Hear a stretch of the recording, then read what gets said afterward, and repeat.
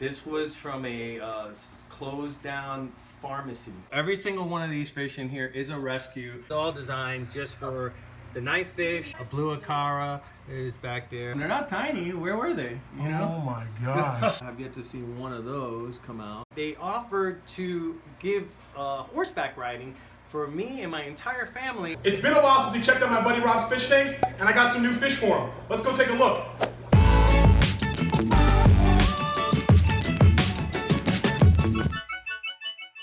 The best view of doing dishes I've ever seen. And then of course we're gonna jump into your fish room where you just upgraded your tanks, got a big rack system. So tell me, man, how did this 55-gallon tank end up in your kitchen? Yeah, it wasn't planned at all. My neighbor across the street, of all things, throws out a 55-gallon, the stand, the top, the lights, and everything works. I got rid of the stand and it ended up, just by pure accident, it fits perfectly in this pass-through. It just turned out that it was just a cool place to do your dishes and look at the fish. I can always look at my fish when I'm doing dishes. It's the only time I will do dishes, by the way. You eliminate this tank, you eliminate me doing dishes. Every fish in here was given to me, or it came with another tank, and therefore I took the fish instead of anything terrible happening to those fish. So every single one of these fish in here is a rescue. I've got a mishmash of everything in here. I've got a lot of tetras, Danios. I got Danios from one of your subscribers, which is Elizabeth, and she actually had her zebra Danios, actually had babies for her, and she gave me some of the parents because she just couldn't deal with any more babies, right? I have some glow light tetras. I have one harlequin rasbora. Sadly, his buddies have passed away. I have one tiger barb, which was a rescue also. The guy gave it to me in a little Tupperware container. I said, oh my gosh, I have to save this tiger barb. And I also amassed quite a small little school of the black skirt tetras. I have the long fin ones, the short fin ones, the fatter bodied ones. I don't know what you call them all. I have the Corys forever. In fact, most of these are babies that were born in this very tank.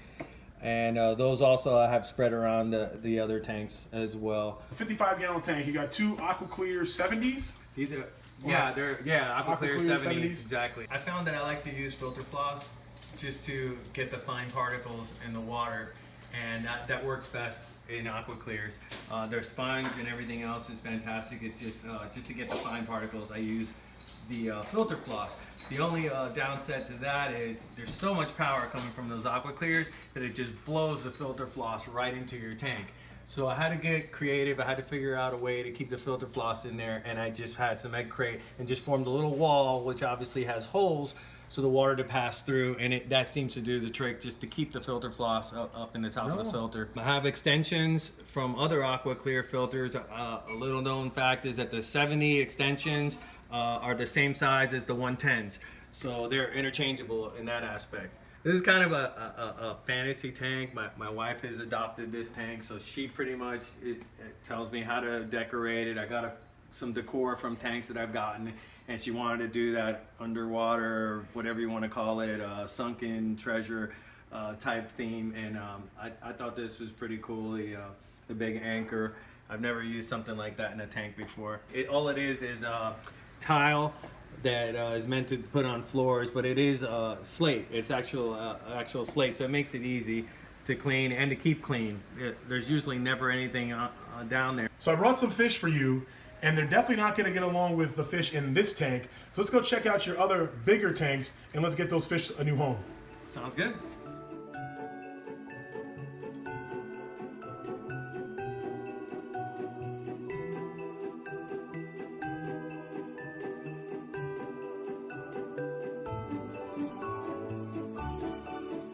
We got some fish here in the bucket that we got from Rob, but before we get them into these tanks, because they're going to go into these tanks here, let's take a look and dive into them a bit. I used to have, behind you, I had two 55s, and they were over and under, and then that got too small, so I got two 75s, and those were over and under. I had to get another stand, obviously, for those. And then I went to the other side of the room, and those were two 90s over and under, so for some reason I keep with the theme, so now we've got two 125s over and under, which I never thought that would be possible. Right dead center, right, we got the blue the blue lobster, Florida lobster. Apparently they come from Florida. I've never seen these blue guys in Florida when I'm out there crawdadding, but apparently they do live here. So I got one of those guys and a tank that I bought. And some of the new things also besides him is going to be some of the driftwood that I wasn't able to put in the 90 gallons because I just ran out of real estate going lengthwise. So I was able to add the two bigger pieces on the end and some of the smaller branches. What do they call this stuff? I forget what they call the branches, little guys. Like twigs and stuff? Or what's that kind of... like a manzanita driftwood? Manzanita. I couldn't remember that. I couldn't remember that. So some of the guys are still here, obviously. I've got the rainbow fish, but I have the sumo loaches. I didn't have those last time. And there's one there, there's one over there. The angels, I believe, are the same guys from before. The clown loaches, I promise you, are in here, but they've been really reclusive ever since I changed them to the 125. So they're somewhere in here. Of course, we got the big pink kissing gourami. I just got him from our buddy Jose. Yes. And he's massive. And compared to the other three that were in the last video a year ago, he's still just humongous. But he's cool. You guys got to see the scale on these fish because this is a full-grown angelfish. And I mean, yeah, this kissing gourami is a beast. I mean, all these kissing gourami are good size. This Bosemani, this is the biggest Bosemani I've ever seen in person. I mean, they're both gigantic, but this kissing gourami for sure takes the cake. I'm a newbie when it comes to live plants. I'm just dabbling in it. As you can see, I have artificial plants and I have some real plants. Wherever I can get them, some I've gotten from the lucky Schmuck himself, and I throw them in here and see how well they do. The African butterfly fish digs the plants up top. Now I can finally see him. When he was on the bottom tank, I couldn't see him at all. But there he is. Believe it or not, you can see his profile, I guess. Yeah, he's hiding there. You can make him out a little bit. He's always in there. He digs it. So I tried some YouTubers say they use super glue to connect it to the driftwood. Right now I'm not a big fan because I hate the white spots on it, but I will be a bigger fan when the actual plants actually attach themselves to the driftwood. Then I'll take it all back. But in the meantime, right now, I'm not a big fan. Hopefully they do okay. Once they grow in, hopefully. Yeah, there's a little one at the bottom that seems to be getting a little growth down there, and I just used a weight. I'm trying different methods to see what's going to stick better. I have 13 Siamese algae eaters, and you won't see one right now. It's amazing. I don't know where they go. They're pretty large too. You want to try to feed and see if we can get them out? Sure. Let's see what's up. See if we can get them out. Maybe the clown loaches. Come out. Did they do anything?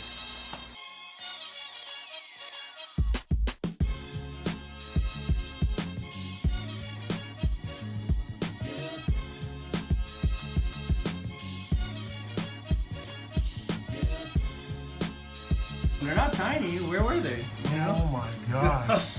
I don't think I've ever seen of them. I don't think I've ever seen them all come out like that in a school. Jeez, that's cool. I mean, gosh, they gotta be at least 3 inches long each one of them. At least not 3, tiny. 4. 4 clown loaches, and there's a couple of what are the zebra loaches. I have yet to see one of those come out. It's loaches for you, man. Love them or hate them, they hide. You know, if you give them the right environment, that's all.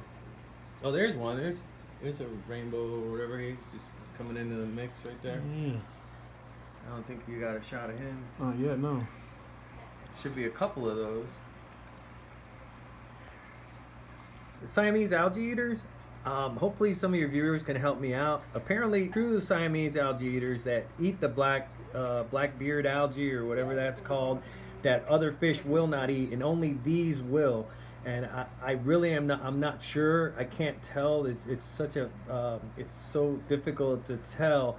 Only for the true pros, which are the true Siamese algae eaters that do that. So if anybody can help me out with that, I'd appreciate it. So on the rack system, it's the double 125s, but then along each side, because the rack itself is what, 8 feet long? Yes. So it's 18 inches deep. This was from a closed down pharmacy, and this was in the back room.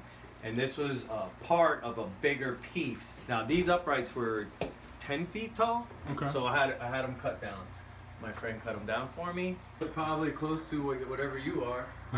So I think 6'7", yeah, I true. think it's 6'5". I think I cut this very top thing at 6'5". Okay. Because see, the idea was for me to use as a storage. I'm kind of glad I didn't do it now because it would kill that clean look. I like canopies, but I have It's kind of a canopy because without that it looked kind of naked and weird with just the pole sticking up with no It definition. looks good. It kind of finishes it off. It frames it. It frames it. It frames it. Power behind it is these stupid triangular things. Without that, I don't think it would hold. It would just be the wood. And also had to re-weld. Obviously, this here you can see that sort of kind of that's the re-welded part. You had to cut that piece and re-weld. They did a great job. Oh, this Nice, one I see. also you can kind of see the not so pretty weld and kind of a darker red where. I see, but also I see you had a power strip kind of affixed to the back. Oh yeah, that's pretty neat. The wife gave me an early Christmas present. She had it for Christmas. Oh so, dang! so I didn't realize how big that was. Oh, that's. 2 monstrous strips, which was. And they're nice and perfect. labeled and stuff. Yeah, she has a P-Touch machine, so she labeled them all, and it's fantastic. It took us a while to sort everything out, but they're awesome. And it just by pure coincidence is just as fat as the legs are, so it's hidden from. Oh, I see what you're saying. Yes, from this, it's flush. Yeah, you can't even see it. I mean, that's pure luck. You couldn't even ask. There's That's a pretty possible sweet. that would have happened. And then even this is like a shower rack or something, or is like a kitchen rack. Yeah, that was right here. Okay. So that was a towel rack or something, right? Yeah, a towel rack. And again, you couldn't have planned this. It went from here to there, and then this stuff hangs on there. And she got me one of these thingies, which I use a lot now. These little grabby thingies, because for anything, because these tanks are either too high or too long or whatever. But and that's I've perfect, used it. man. Grabbing cords from back there to pull them to take them over to the power strip. You have enough room for a smaller tank. And what do you got going on here? Some live bearers? Yeah, this is only a 6.5 gallon. It has a filtration that comes with it right up the middle. It holds a lot of media in there. And in here, I just have some small platies. And actually a baby swordtail that's grown up to be beautiful that you gave me a while ago from a bunch that you had. Hopefully he'll come out and eat some. He's a little shy. I gotta get him out of this tank though. I think it's too small. I have a bare bottom because I wasn't sure what I was gonna do with this. It was just gonna be a grow out tank for small babies, and I just stuck a couple platies in here from the 55 gallon tank. And see how that goes. And also the plants, also a growing place for me to put plants, floating plants, because you can see it because it's rimless. And of course you gave me some of these plants, or most of these plants, and they seem to be doing better in here than in some of the other tanks. Let's jump down. I had these guppies in the 55, well just about 3 or 4 of them, and I would never get baby guppies in the 55. I had the tetras in there were just taking care of business. Nothing was living in there. So I did a little small experiment, and I only had 1 male and a couple of females, and I took them out of there and I put them in here, and then within 3 months I probably had 3 batches of babies, and they're going nuts in there. Also I added live plants in there, which I didn't have before, and apparently guppies really enjoy having live plants, and it's obvious that they're proliferating ever since I stuck them in here. So it's been fun to watch the babies grow up and stuff. I think I have 1 male baby, and the rest is still a mystery to me, which is kind of fun. Yeah, it'll take some time to color up and see. Yeah, I'll see what they come out to look like. And these nebulas are coming out now. Yeah, those are from our local friend. You got them from me, but they actually came originally from our friend Guppy John. Okay. But yeah, they're growing out nice, man. They're beautiful. I'm hoping I can get a batch of those. I don't know that. I really don't know. Maybe some of these nebulas are. Some of these babies are nebulas. I really don't know. Those are some of the baby albino ones. After every about 20 babies, you'll get an albino one, and I just kept all the albino ones just to keep albinos. I seem to like those better. So before we jump into the final 125, we're going to go ahead and get these new fish acclimated. They've been sitting here. They're not going to be in quarantine because they were at my house in quarantine for like 2 weeks in a tank solo. So now that I've been watching them, making sure there's no issues with them, Rob's going to go ahead and plop them right into his tank. All right, buddy. Do your thing. Mama. Come on, buddy. Wow. Oh, he's pretty. Yeah, so it's another angelfish. Pretty high coverage on the black. He's nice. He'll be right at home. He is about the same size as the other guys. It should be okay. Let's grab the next guy here. This guy's gonna go in the bottom tank because Rob's already got a few of these as well. Let's see how he does. Ooh, flopped right in there. It's a silver dollar. The silver dollars I got a couple of years ago with a bunch of other big fish that are scattered around all of my tanks, and they've been doing pretty well. I like them. I've never had silver dollars before. I really didn't know what they like to eat, and I found out that they're vegetable eaters, and figured out from you actually that they love the green beans and stuff. And a lot of the other fish in this tank tend to like the greens also. So I kind of have this tank set up to where most of my so-called grass-eating cowfish are down here. Okay. It makes it easier to feed them a little bit more than the other tanks, the green stuff. A blue acara is back there. I got him from another tank with 2 big giant Oscars. I didn't care for the Oscars too much, so I gave those away to one of our mutual friends, right? He's doing well with them. There's a cichlid breeder here in Orlando, and he imports fish, and they sent him, I guess as a trial, he sent him these blue gouramis that you see around the tank, and he gave those to me because it didn't fit in his program of breeding cichlids. And I said, sure, I'll take them. They were pretty, and I took those guys. And actually, one of those blue gourami, probably one of the bigger ones, came from our friend Jose that you did a video with him. Yeah. He gave me that one, and I already had a school of them, so I said, sure, I'll take one more. I also have the, I guess what they call the golden molly, sunshine molly. I don't even know what they're called. Yeah, so many different names. I got those from a guy I got some platies from a while ago. And a friend, Jose, requested some of those platies. He really liked them, actually, from watching your video. Okay. He saw them in there, and he wanted to do a platy breeding project. So, in doing that, he said, "Hey, I got these mollies also. If you want those." I said, "Sure, I'll take them." So I threw them in there. I already had a couple black mollies, so I got some of the yellow kind also. I got the parrotfish that I've had for a while. I got one of those smaller ones, I think, from you. He's doing well. And some of the other parrots I got sporadically, 2s and 3s of them from other tanks that I purchased. The one that has the black on him, he's always morphing and changing from almost completely black to very little black. But he has never ever, since I've had him almost a year, ever been 100% orange. Like always had some black to him. Always had black on them, and I never knew what that was all about. From what I understand, when the fish are stressed, they tend to turn black.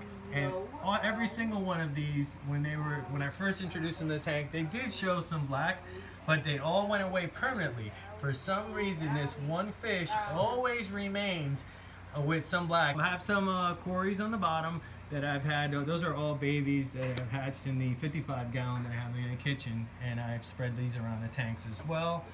As far as some albinos, if they come into view at any given time.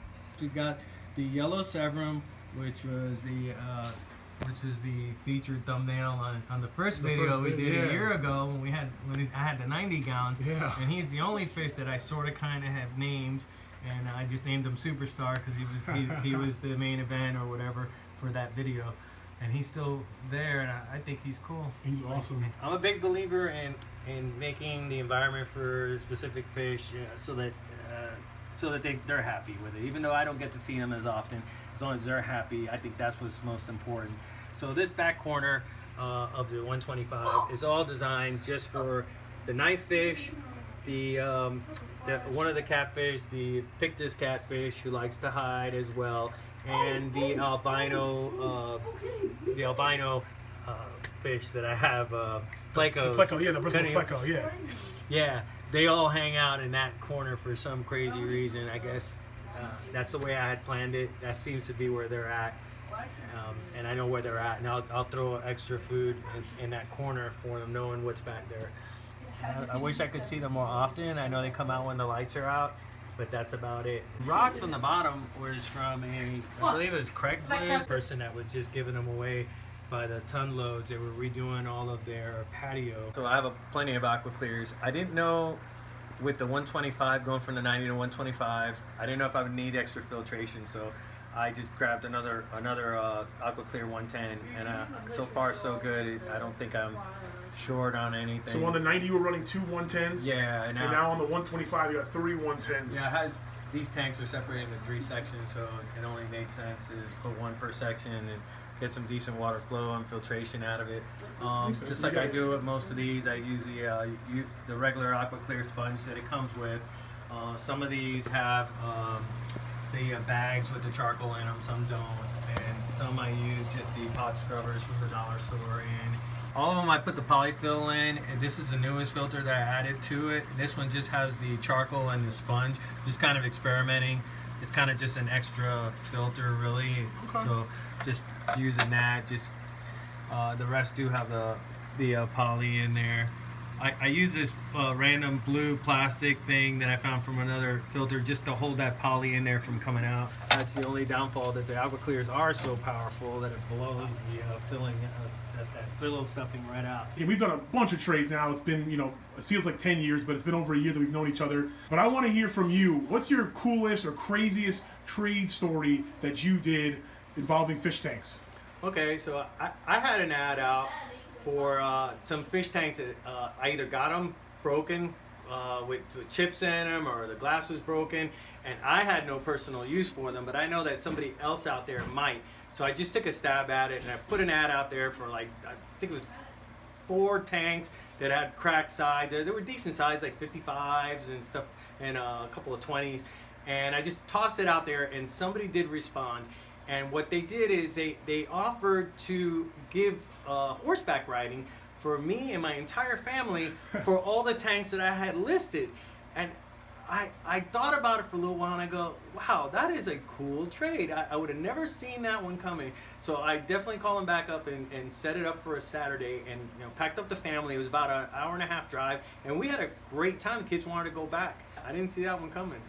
Any more trades anybody wants to do with me that are interesting like that? I don't know, hot balloon rides, alligator wrestling, I'm all for it.